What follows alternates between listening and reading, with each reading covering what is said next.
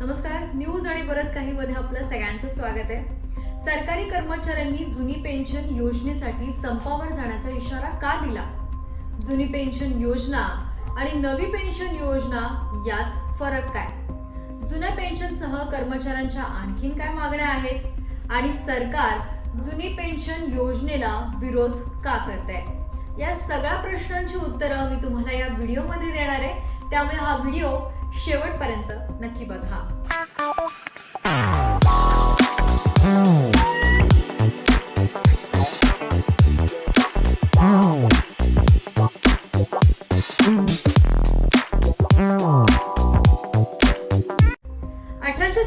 मध्ये भारतीय स्वातंत्र्य लढ्यानंतर ब्रिटिशांनी भारतात पेन्शन योजना सुरू केली.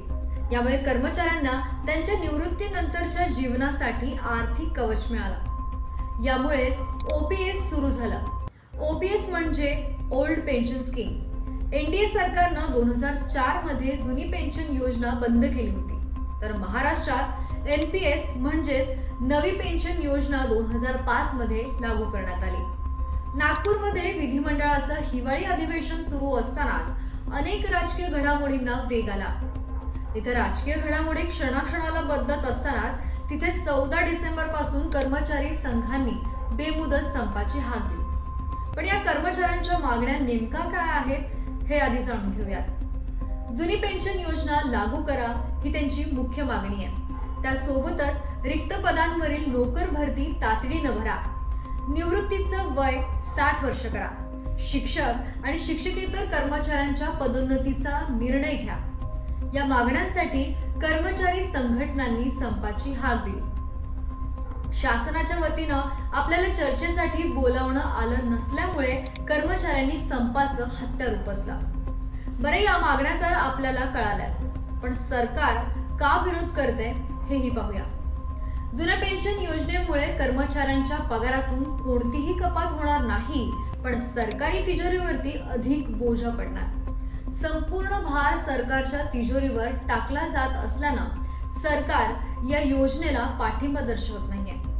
तसं बघायला गेलं तर जुनी पेन्शन योजना आणि नवीन पेन्शन योजना यात फार फरक आहे. जुनी पेन्शन योजनेमध्ये पगार 30,000 असेल तर पेन्शन 15,000 मिळणार आणि नव्या पेन्शन योजनेनुसार पगार 30,000 असेल तर पेन्शन 2700 म्हणजेच 2,700 म्हणजे जेमतेम 9% इतकंच पेन्शन मिळणार.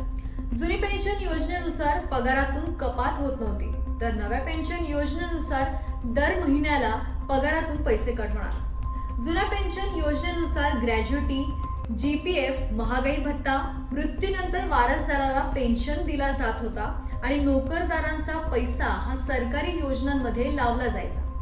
तर नव्या पेन्शन योजनेनुसार जुन्या सर्व सवलती बंद आणि अप्रत्यक्षपणे पैसा शेअर मार्केटमध्ये लावला जातो असा आरोप कर्मचाऱ्यांचा आहे. जुनी पेन्शन योजना जशी तशी लागू करण्यासाठी राज्याची आर्थिक स्थिती नसल्यानं सरकारकडे आता एक पर्याय आहे. तो म्हणजे निवृत्तीवेळी असणाऱ्या पगाराच्या 30 ते 35% रक्कम पेन्शन म्हणून दर महिना दिली जाऊ शकते.